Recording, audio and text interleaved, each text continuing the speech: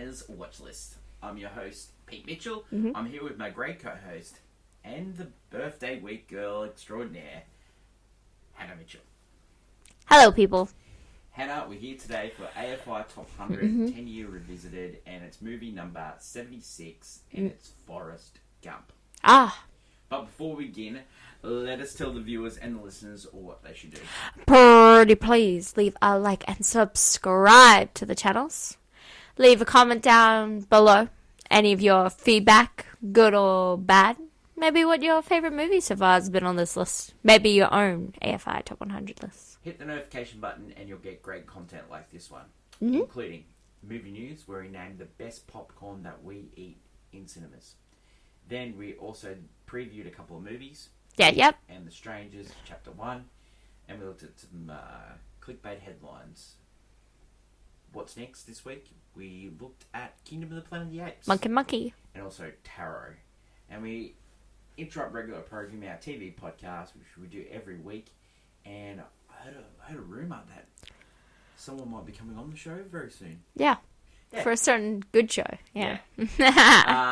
Don't forget, our draft's been postponed. Just Fine is not Just Fine at the moment. It's too busy. So we're going to push it back to June 8th. So it'll be on a Saturday afternoon in Australia, evening in the US on a Friday night. And you'll be able to listen to the year 2000 draft. We'll just extend Hannah's birthday love for another couple of weeks. Love it. Let us get on to today's show. And today's show is all about Forrest Gump, which is movie number 76 on the AFI Top 100. Hannah, have you seen this movie before? Yes. Most definitely, yes. Yeah, well, you watched it a couple of years ago. Yeah. During the COVID. Yeah, but I would say before that. Oh, you watched it before that? Wow. I've watched this movie many times. Even if I hadn't sit down to watch it, I've at least seen parts of this movie to the point where I would have seen this movie in full at one stage. But yeah, I've seen this movie many times. We watched this movie on a Blu-ray copy that we have, 25th anniversary. Movie was released July 6, 1994, went for 142 minutes. It was in cinemas for 40 weeks. Yeah, wow. So it's just like one of those movies that they release and keeps making money. The elevator pitch. We follow the life and times of Forrest Gump. Pretty simple. Maker Studio, Paramount Studios. 1990s for Paramount.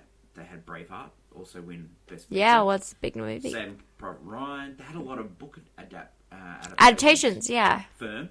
Yes. Hunt for October, Patriot Games, Clear and Present Danger. Now, how they got this movie, Warner Brothers had the rights to the novel, but then they made Rain Man. They thought, well, they're not going to get another intellectually disabled disability. Yeah. True.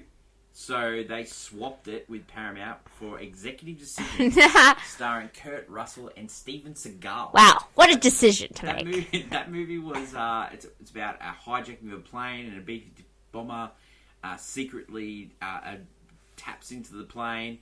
Steven Seagal dies in the first 5 minutes. So, and he was. I have heard of this. Yes, I've heard some people were very they go for Steven and they don't get that. So this movie was based on a book written by Winston Groom, who wrote 12 novels before this one. He wrote this in the 80s. There was a little bit of a bidding war.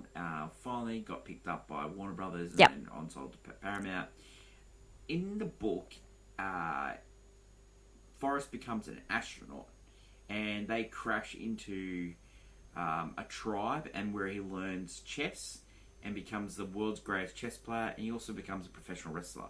So a lot of these scenes are not in the movie, and so the running scene wasn't in the book, and so they created that for this movie.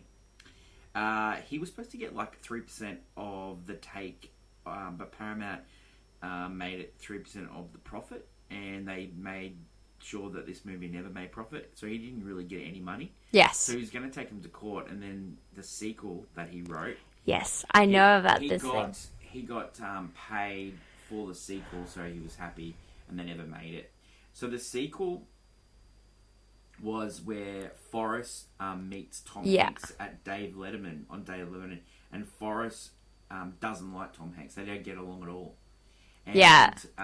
There's also a bit where he meets Princess Diana. And all these different things happen in his life. I've heard... Now, there's a script Yes. that was written by Eric Roth, who wrote this script. Yes. Now, that was even more far-fetched. It was set in the 90s. Forrest dies. Little Forrest dies. Crazy. Forrest Gump is caught in the back of OJ's Bronco when driving down. That's something. Ballroom dances with Diana. He marries a Native American, and she dies in the Oklahoma bombing.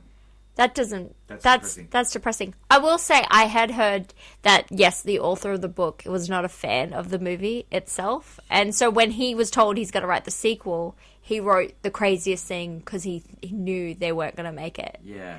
And so... Well, he didn't write the Native American... No, but I meant he wrote his novel and he knew to make it the craziest thing because they couldn't... Well, do you know that originally Forrest Gump in his book was 300 pounds and he wanted John Goodman to play the role? That's the strangest thing I've heard. Now, so this... I heard that there are differences between them. But... This book sold 1.6 million copies. Yeah, It's huge, successful. A few writers were asked to write the script, but it ended up being Eric Roth. Now, Eric Roth recently has done Dune Part 1. Yeah. He's also done Killers of the Flower Moon last year. He wrote The Insider. This movie ended up being at Paramount. It had a budget of $55 million. They tried all these different directors, Ivan Reitman, Barry Sonnenfeld. Wow, interesting. And end up settling for Robert Zemeckis. Now, he was fighting for a little bit more money.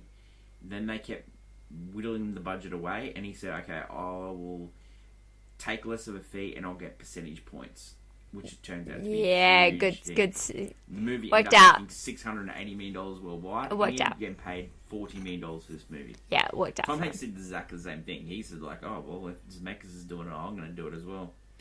So Zemeckis, he directed Back to the Future. Back to the Future. Who Framed Roger Rabbit. He's like really gone down this path. Like in this movie, you see all these CGI characters, just like in like a Who Framed Roger Rabbit. Yep.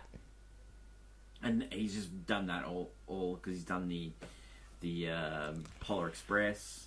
Yeah. He's done that weird movie with Steve Carell. That weird movie. Well, it's sort of like they're all sort of like animated, but it was about a guy that had some problems because he got beaten up. It's just real weird. Real weird. Weird. Okay, so the actors. Oh, the producer of this movie was Stephen Tisch. Stephen Tisch is the only person to ever win a Best Picture Academy Award. Yeah. And he's also won a Super Bowl because he was the owner of the New York Giants. Wow, that's so cool. Yeah. Good for him. Actors. Tom Hanks played Forrest Gump. Big splash, League of Their Own. What a run for him. At this. Big splash, League of Your Own. Okay, so the run that he was on in this stretch. Oh yeah, League this of is Their Own. Then he did Philadelphia. Yeah, I know then he that. Did Forrest Gump. Yeah. Then he did You've Got Mail. There we go. Yeah. Then he did Toy Story. Yes. Like just banger after banger. Apollo 13. Yeah, Apollo 13. Introduce Apollo 13. You're like, yeah. He wasn't the first choice. There was a guy called Harry Anderson, who was like the main guy on Night Court. Yep. But there was also Bill Murray got offered this role. Weird. John Travolta got offered this role and turned it down. Sean Penn ended up playing I Am Sam anyway. He's like, no. Robin Wright wasn't first choice for Jenny. Jodie Foster turned it down. Demi Moore turned it down. Rob Wright's star of Princess Bride, star of House of Cards. Yep. Lieutenant Dan, you will not believe who was the first person that Who? was going to be Lieutenant Dan and turned it down. Who? Well, he was actually going to be, and then it got down a little bit, and then close to the movie, he pulled out. Who? Joe Pesci. A Pesh? Yeah. The Pesci himself? Mm-hmm. Oh, that's such a strange... that works, but still, that's a strange role. Now, Bubba Blue was played by Mackenzie Washington. Now, he was in Heat. Yeah. Like, great actor. But the person that they really wanted to play this role, they offered to like Eddie Murphy and all that, he didn't turn it, but there was someone that they really wanted to play, and he turned them down. Yeah. Was Dave Chappelle. That is a different movie. Now, Dave Chappelle regretted this because he thought the movie would not be successful. Because on paper, this movie doesn't make any sense whatsoever. No. It still doesn't. Dave Chappelle and Tom Hanks reunited for You've Got Mail. Yeah. And Tom Hanks hooked him up with You've Got Mail because he That's got cute. sorry. That's cute. Okay, so the reaction to this movie at the time, $600 million box office. It was the second highest grossing movie of the... Do you know what the first highest movie was known for? 1994. The Lion King. Oh, of course. Critics loved this movie. Absolutely loved it. Adored it. Said it was great nostalgia for the baby boomers. It is nostalgia. Yeah, there was a couple of negative comments when it got closer to the Oscars because they wanted their movies to win. But what a night for them. They got nominated 12 times. They won 6. Robin White never got nominated. Oh. Yeah. And yeah, well. It's a strange well, year. I want to go through... Jenny kind of sucks. We'll go through like the Academy Awards a little bit later, but yeah. I'll just talk to you about the Best Supporting Actress that year.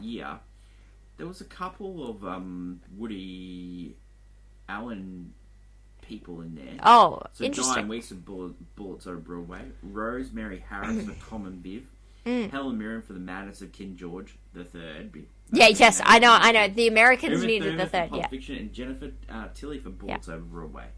So strange that Robin Wright did not get nominated. Yeah. But King Henry.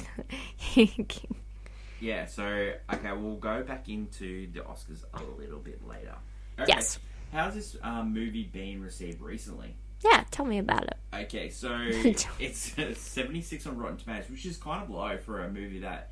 on this list, you're saying? Yeah. 4.1 on Letterboxd, quite normal. IMDb, 8.8. I think I know why it's so low.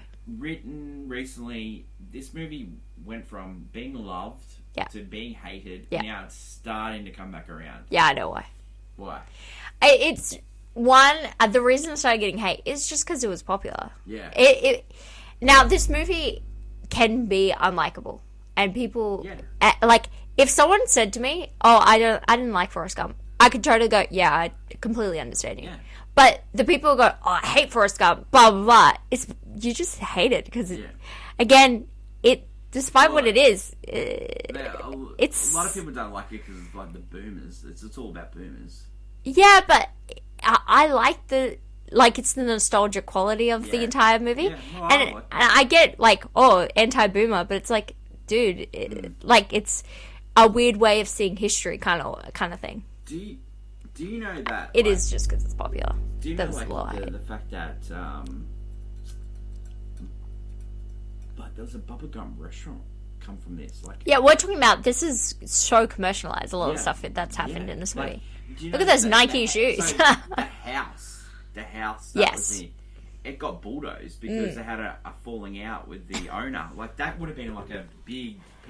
People would visit that. Well, Greenbow doesn't exist. It's not real. No. It's not a real place in Alabama. But people would have gone to visit that house for sure. Because they've made, like, there's 35 restaurants, that bubblegum. And it's like, you go around the world and you see random people, like wearing the merchandise. You see random people wearing bubblegum hats. And people know what Oh, and they all do the lines. Every Thursday on Movie News, we do a segment called Clickbait. Yeah. And on AFI Top 100 Revisited, we do Hottie Hot Takes Clickbait.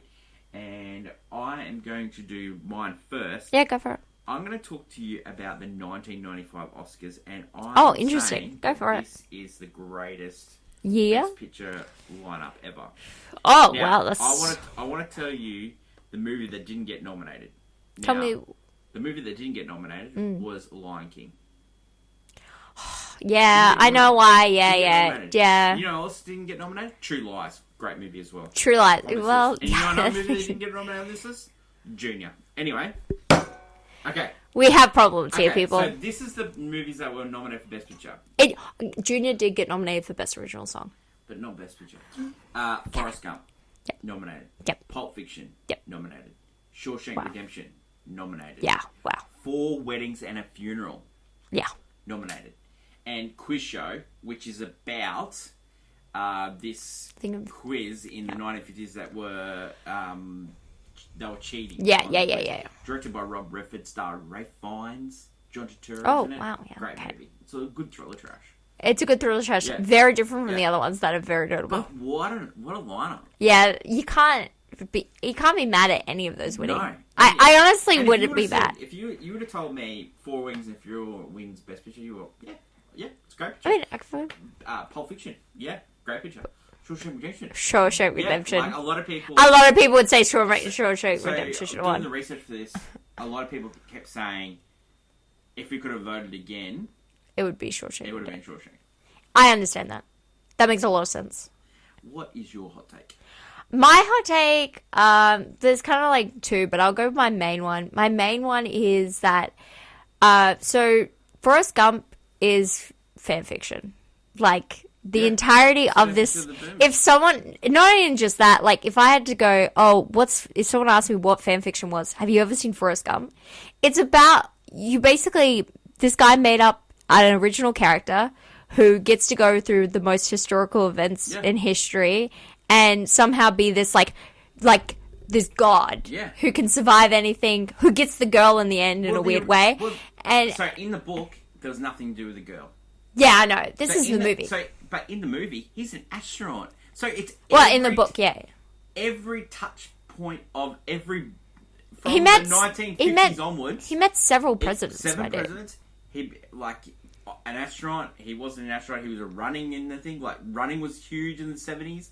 Like the boomers love running. Yeah, no. Like no. all of these things, and it's just you're totally right. It's like we watched Idea of You a couple of weeks ago. Yes, technically it's based on fan fiction. Yeah, and this is just fan fiction. And fan fiction put on such a high scale. Yeah. It's like, but it's such a great movie. I was like, dude, it's literally like I don't love when people criticize fan fiction for being just like thing when there's actually great works of fan fiction that have been turned into stuff. Well, just doing like the scene breakdown here, like the movie goes for an hour and 40 minutes, but we've watched a lot of movies recently, and there's sometimes where some stuff happens, but this movie's got so much in it's packed in it, and it's packed in with little bits all the time. The reason I think that it's what's great about the film is that you're not bored. Like you're spending.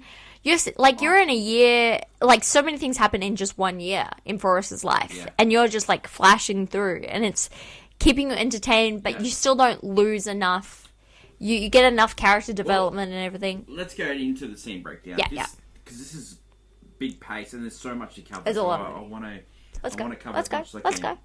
Forrest starts telling the story. Now, he's sitting on a park bench. It's a classic The shot. accent that he did, he modeled it on the kid. He wasn't going to do that accent. Tom Hanks. Tom Hanks, yeah. Interesting. And the producers didn't like it. Robert Zemeckis fought for it, and they got it. Again, it doesn't make any sense why this movie works, but we'll keep going into this. Forrest gets braces on his legs. Yeah, he talks about when he was a kid, yeah. And then he does his line, Forrest Gump. That's an ad-lib. The kid? Yeah. Wow, this Forrest Gump. kid, great actor. Ad-lib. Forrest gets his mum, and his mum gets him into school by sleeping with the principal. And then little Forrest makes that sound. Yeah, imitating. Like, you're a pretty quiet kid. And then he... Forrest gets to meet Elvis, and Elvis's voice is portrayed by Kurt Russell. Yeah, which, that's awesome. And, they mimic the dance. Like you see that on the preview. So, yeah, as the movie goes on, Forrest seems to influence some of the biggest stars in history and moments. And, like, Elvis's dance is brought to you by a kid who is in braces. Leg braces. Oh, he sung. He must have been really tired doing those songs because he died. And how he talks about the future of all these, like, cast of characters. Yeah. Then Forrest meets Jenny. Mm-hmm. Forrest runs for the first time. He runs so fast, he breaks out of braces. When he's telling this story, like Tom Hanks as Forrest Gump, he's loving telling the story about running. Like, you can just see the glint in his eye. Like, he's so happy. He actually is very good. Jenny's life is also not the best. Yeah. She does not have come from a good home life now. Forrest runs faster than a car. Like, is that a slow car or does Forrest run fast? It's about Forrest running fast because he runs so fast he starts So catching the eyes of attention of others. Yeah, so he caught the eye of famous Alabama football coach Bear Bryant. Yeah. Now, those years that Forrest played for Alabama, they actually won the national championship. Yeah, that's not. Yeah. He's a huge. You get the George Wallace incident where he has like a showdown with President Kennedy and keeping black kids out of the schools and stuff like that, and then you see Forrest go in there and give the book to the black kid, he's this is classic Forrest. Forrest visits Jenny at the college and he gets into his first fight. Forrest is quick to anger. Yeah, he's quick to anger, especially if they start to if they go near Jenny in a way. Yeah. He's like, so Forrest has his first sexual experience and it doesn't go great. And he has that face. We talk about how Jenny's somehow kind of he's not all there, and she's like kind of, Well, I thought with your hot take, you're going to say that Jenny's one of the most evil characters. I wouldn't say she's the most evil character in history, because she I don't know, it's more so, she comes from a broken life, but the way she just keeps Forrest on a hook, it actually annoys me, and is one of the gripes of this film. Forrest meets JFK. Yeah. Lucky guy. Yeah, Lucky guy. He drinks so many Dr. Peppers, then he I gotta pee.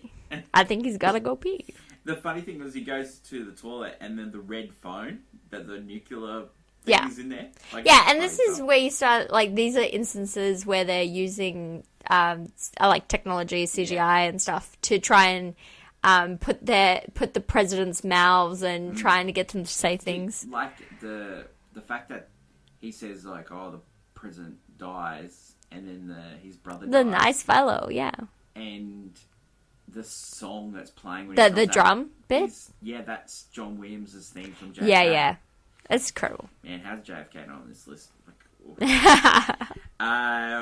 So Forrest goes to the army after he graduates college. Yeah. Why is he not in the NFL? Yeah, because he got... He's been named as one of the best players in he's an All-American, which is named the best player in college. He would automatically get drafted in the NFL. Yeah, it's crazy. And he would not go to war. And what's his mother? His mother knows who this kid is, and he's like, yeah, sure, go off to Vietnam. He's got an IQ of 71. How did he get through college? Because, sports scholarship, let's be honest. And he's got a problem with his back. He would have had scoliosis. Yeah, no, but they fixed that. Oh, remember? Sure. Remember, they straightened him out. That's not how he gets in the army. He did it. Well, he gets in the army and we get to meet Bubba. Yes. We get to meet Bubba. And Bubba him he wants to be a strip boat captain. And then Forrest and the drill sergeant, they have a good relationship, those two. Bro, you must have an IQ of 160! And he's like, I'm gonna put you... If it wasn't such a waste, I would put you up for general. You're gonna be running with this army one day, son. He's he takes to being in the army like a glove. For him. Yeah. Then Forrest on his time off goes to see Jenny singing, and Jenny's a folk singer in a strip club. This is one of my least favorite things. Just the talk they have afterwards. I hate it. I absolutely hate it. And then he's I'm gonna write you, Jenny, and she's just giving you nothing. Then Forrest goes to Vietnam, and this is when the soundtrack really kicks in, and CCR plays. It's just all the obvious kind of, in a weird way, classic Vietnam War songs. Yeah. Really. So this soundtrack sold 12 million copies. It's the fourth largest soundtrack selling of all time. That is top nuts. 3. I'm going to give you the top 3. Number 3, Purple Rain. Yeah, it's pretty cool. Great movie. Number 2, Saturday Night Fever by the Bee Gees. Mm-hmm. And number 1, what do you think number 1 is? The Bodyguard. Yeah. It can't. It's The Bodyguard. Whitney Houston. My dude. The fact that that movies were I will say you were talking. Those movies are all musical. This is not a musical, and that sold that many. That is true, and they're all one artist. Yeah. We're talking about multiple kind of. Doors has. Okay. Yes, the Doors have a lot, but and again, it's. This was a double album. Oh really? Yeah, that's how much. Yeah, wow. Yeah. So you get a little bit of Vietnam, and you get the nice rain sequence, and then you get The nice rain He sequence. gets meeting Lieutenant Dan, which one of his members died in every war. We get like a Gary Sinise Lieutenant dying Dan, everyone. probably my favorite character in this entire So then they movie. get under attack, and then Bubba says you got to run, and then he remembers Jenny told me to run, and so then he runs. He runs. He's run so fast, and then he runs into trouble. And then and he goes back, and then he starts saving people. because he's like looking for Bubba. Where's and Bubba? then he saves Lieutenant Dan, but he's not happy. Lieutenant Dan, Yeah, he he- die in that. Then something gets up and hits him in the buttocks. Yes, And something bit me. Yeah, it's Forrest getting shot, and then he goes back and finds Bubba, and Bubba not look good. fatally And wounded. then, so he's got to get him out of there before the airstrike. He gets him there, and then Forrest retells the story, and he says, "Hey, Bubba," and I wish I could have said something better. If I knew this is the last time we talked, I would have said something better. But then all he comes out was, "Hey, Bubba." And then Bubba says that he just wants to go home, home. and then Why dies. did this happen? Yeah, Yeah. and then he dies on that river, and that's all. I I'll say love about that. love Bubba. Love Bubba. Yeah. And that's the first time. And that's the first time we crazy. It's like you don't know him for that long, but you Yeah. just fall for Bubba, just Yeah. like Forrest does. It's the first time we cried. He got $1 million wound, and he never saw any money from it. Yeah.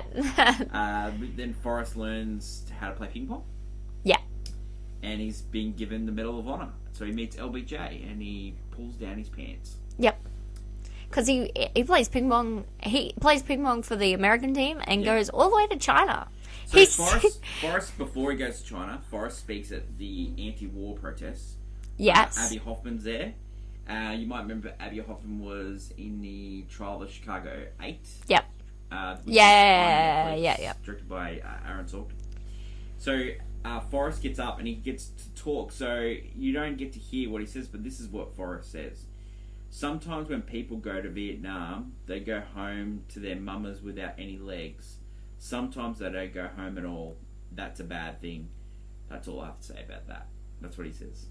It feels like what such weighted words. Yeah. Well, that's what Tom Hanks said he said when he... Yeah, which Then he gets to meet the Black Panthers and the Black Panther Party. I'm so sorry. I'm so sorry. I just did the Black Panther party. And then Forrest gives Jenny her Medal of Honor.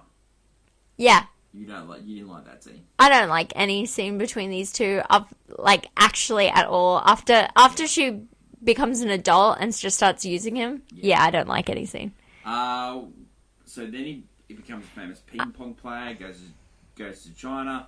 He's on TV and he meets John Lennon, and this is the biggest cringe of the whole movie. It's the cringiest part of the movie. Yeah. He's like John Lennon. It's the worst bit. Right on stage with Dick Cavett. Yeah, the way that Forrest is saying words and about China, and the way that just Lennon's like just repeats it, and it's just lines of imagine. It's cringe. It's not even. It's funny, but not in a good way. Yeah. And it's just it's even weirdly done. Lieutenant Dan and Forrest party. They spend New Year's together. Yeah, it's Christmas, and Lieutenant Dan actually sticks up for Forrest. So good on you, Lieutenant Dan. Yeah, it was nice. Then Forrest meets Nixon, and Nixon sets him up with a little date with the Watergate Hotel. Yeah, good. Yeah, And- there's a nicer place. He actually This is great. gets the White House burglars. So Yeah. the last I would like to episode we say- did was all presidents. Yeah, where we watched a serious retelling of what possibly So that what security happened. guard that rings Forrest, right? He was the actual security guard that actually got That's in great. on this. That's So hilarious. It all goes a little circle. Forrest is discharged from the army, Yep. goes home, Yep. gets money for ping pong. Yep, Mama yep. says, I can say it. Visits Bubba Grave, then he talks to Bubba. It's funny how, like, you've seen the photos of the ping pong, and he's always got his eyes closed when he has photos. Yes, I've Even on noticed the- it. even on the Every ping pong. photo he takes, he's got eyes closed. Becomes a shrimping boat captain. Everyone's saying you're stupid, but, you know, at this stage, Jenny is hitting rock bottom. She's going through the 70s, and she's trying every drug possible, and She's in an abusive relationship. Yeah. Forrest jumps off the boat to meet Lieutenant Dan, and then it crashes. Lieutenant Dan previously had stated that if he ever became a shrimping boat captain, he would be the first mate. That's true. And he's there. I'm gonna try out my sea legs. Lieutenant Dan, you don't got no legs. I know that, Forrest. So they're out on the water, and then like Lieutenant Dan sort of like dives in and swim, because this is before they become successful. Yeah. And you got a great theme playing. So the theme was played by Alan Silvestri. Yeah. He also did the theme of Back to the Future. So there's like a little bit of mix of that theme. Yeah, that's cool. Yeah. So they become successful. He's prayed to God, and he has become successful. And Bubblegum Shrimp is amazing. It's just a phenomenon. And Lieutenant Dan's looking after the money. Finds out that his mum is really sick, so Forrest just jumps off the boat and goes home. And then he says to Lieutenant says, "You don't have to come back. You can just be." Yeah, he starts to take over. Yeah. He also he actually said thank you to Forrest. Didn't.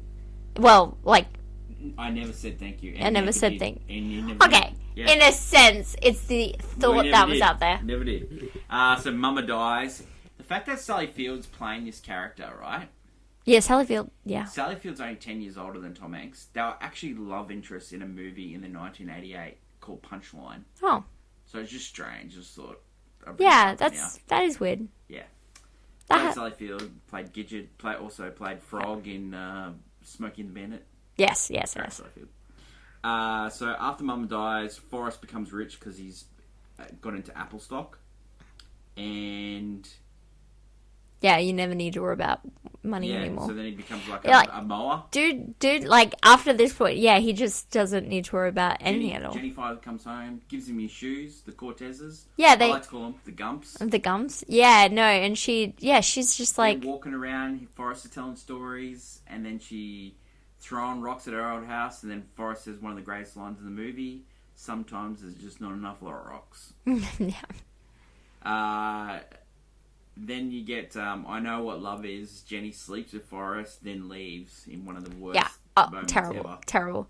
This like I know, like sometimes in friendships you can use the other, but like she is just constantly, and like she knows, like he's so literal. He said, "Is this undying love for her?" And she's just like, yeah. So Forrest goes running, and then you get some iconic moments like the shit happens. Have a Nice Day shirt. You get some great music. You get You Can Go Your Own Way. Yeah. You get Against the Wind. Against the Wind, yeah. Oh man, love that song. And then you get Forrest saying, "Okay, that's it.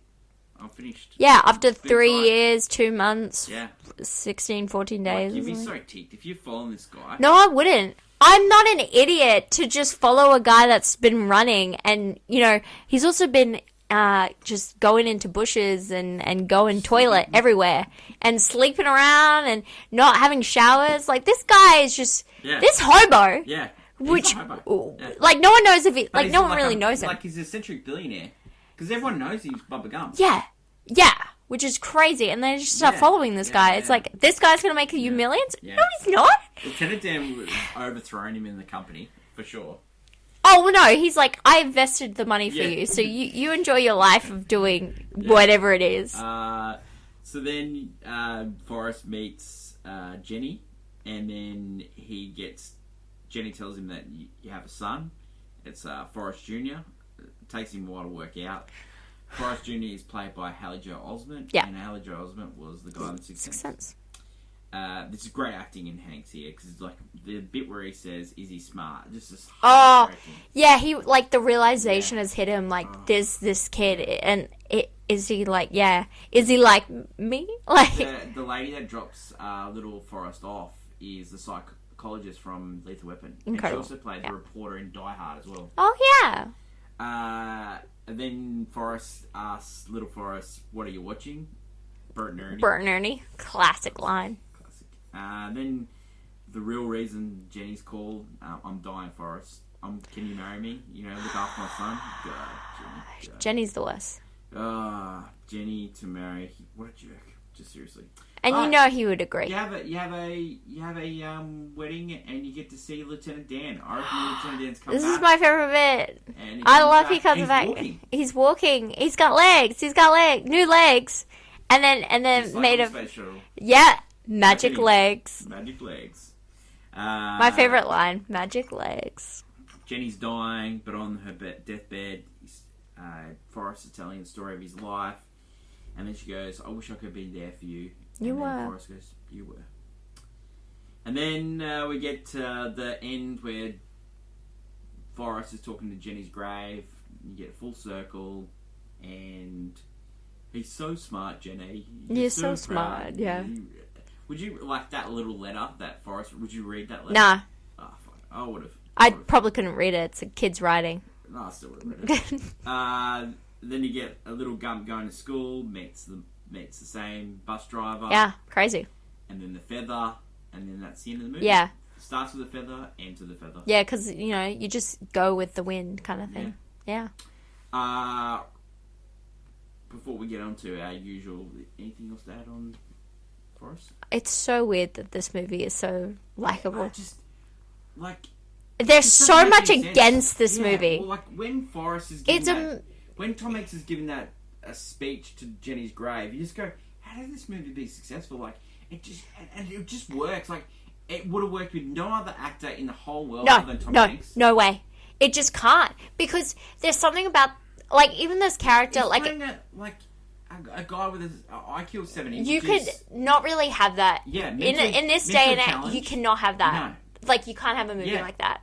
It becomes and like he's doing heavily all these criticized. Things, like, and he pulls it off. Like, the fact that he's not playing it over, he's just playing it just... Yeah, right? And he's going through his life, and you have all these characters that kind of, like, almost, like, are in his life that, hate him for some reason or are using him. Yeah. And then, some of them go through redemption arcs, and others are just, again, like Jenny, who just use him to the end. They're like... It's an imperfect... They're imperfect people with an imperfect story. It does work. It's so... And it's like... I wouldn't say it's like a car crash in a way, like, you can't look away. But in a way, you just, like... It's so oddly just works. It's just funny, like, you watch some movies and you go... it has everything on paper. Yeah. It doesn't work.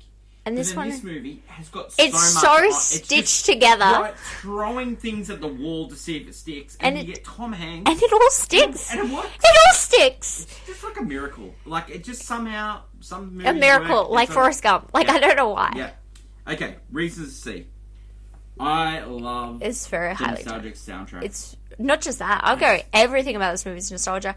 Especially if you watch this movie young. Yeah. If you give this movie to a kid young enough and say all these things actually happened, they'll believe that this magical Forrest Gump character did all this stuff. Yeah. It's very nostalgic, this movie. He's a modern day prophet, Forrest Gump. Yeah. Hank, how did he do it? Like, this is one of those movies that, especially because it's on TV a lot, you would see bits and parts of this movie before you saw the whole movie and still enjoy it. Well, there's a podcast called Rewatchables. They've done this movie twice. They do a really good job on this movie, and they do this thing called Apex Mountain of... Yeah, what's the best in it? Apex Mountain is this movie. It is just unbelievable how... Just this time period. Like, 2 Oscars in a row. Yeah. And he does Toy Story, one of the greatest animated movies of all time. Yeah, it's on this list. And then he does You've Got Mail, one of the greatest rom-coms of all time. Like, seriously. Okay. That is where he also plays an unlikable character. And that movie works too. Okay, reasons not to. This movie is corny. It's far-fetched. That John Lennon, that is something to hate the movie over. It is so bad. No, there's so many reasons. Yeah. It's far-fetched. Yeah. There are very unlikable characters in it. Because Jenny, while yes, she had a hard life, does not excuse some of her behaviour that she does to Forrest. And other characters are quite, like, it's basically, you have a character that isn't, like, that needs help, and you have all these people that are just, kind of evil. The mum, it's like... Even the mum, she's like, she knows he's not all there, but she's trying to give him a normal life. After a Ku Klux Klan leader. Dude, that's just like you're setting up the kid for failure. Yeah, I know. You're giving the kid braces and telling him Don't act like anything's different. And I'm like, the kid was... I will say, rewatching this, and I didn't mention He it is before, pretty but tough skin, I will say. But this movie was shot really well. Like, it is beautiful to Yeah, watch. Like, very... the Vietnam scenes. Yes. Some of that in South Carolina. Look And like then, Vietnam. and not only that, like, the running scenes. Yeah. I mean, you talk about that a million times. Yeah, and just how this... The camera guys. Yeah. Yeah. Does this movie deserve to be on the list? I think it does. Does this movie deserve to be higher? I don't know. I think so. I think it's where it in the is. right spot. I think it's in the 70s is good. it makes sense. Would you buy it on Blu-ray? Yeah, We already have it. And, But yes. it's a classic in a weird way. Would you watch this again? Yeah. It's one of those movies you watch every couple of years. I really think. Yeah. Now, would you tell people to watch this movie? In a weird way. It's like this is one of those movies you put on a list of, like, this is, okay, it's the Captain America list of his little list. Oh, you haven't seen this yet? Yeah. And so he has to write it down. Tim Tams, yeah, it's that list. This is one of those movies you put on the list. Despite all its flaws, it is a movie you just gotta watch. Okay, rating for this one. I personally think this is a golf club. Yeah. I know we've given some it's weird because it's a banger. I know we've given some banger ratings to the movies that probably... There's nothing of... in its kind, there's nothing really like it. I just think... There's no better version of Forrest Gump. I would just say, personally, the movie that we watched last week, All the President's Men, is a better movie than this. It's a better film, yes. Yeah. But it's a different film to this. Yeah, it's a different film. But I just think that's a banger. This is a golf club. Yeah. Okay, weird. Yeah. Alright. Next week, we've done 25 movies. So we're going to do a list of the top 25 so far. Yeah. So... next week, won't do the usual show where we watch a movie and recap it. We're going to just rank 25 to 1. Yeah. How we've gone so far. So how we would redo it. Yeah. And we'll keep this going all the way to the end. Yeah. So that is it for today's show. Leave your feedback, good and bad. If you've seen Forrest Gump, let us know. And do you agree with our... life like a box of chocolates? Leave your favourite Forrest Gump quote. Man, that Forrest Gump quote, that life box, it's... The thing's on the... You know what's in it. Don't get me started. That's why my favourite line is magic legs, not that. My favourite line is, what are you watching? Just like this channel. What are you watching? Don't forget, we're doing the draft this week. It's in a couple of weeks' time. Next week, we interrupt regular programming. The Veil. Oh. Really enjoying that. Oh, yeah. Also enjoying Dark Matter. Joel, you do, you like the... and then also Sympathize, which is coming to the end, and Sugar, which is just taking it's about aliens. Seriously, it's about aliens. Like, down bad. The next episode, and it was about aliens. Okay. The movies I'm going to review next week are If and Strangers, Chapter 1. We'll continue our great segments as always, and the AFI next week. It's the top 25 so far. That's my lovely co-host Hannah. Thank you everyone for listening or watching, supporting the channel. We really appreciate it. Long live cinema, and it's bye for now. Bye.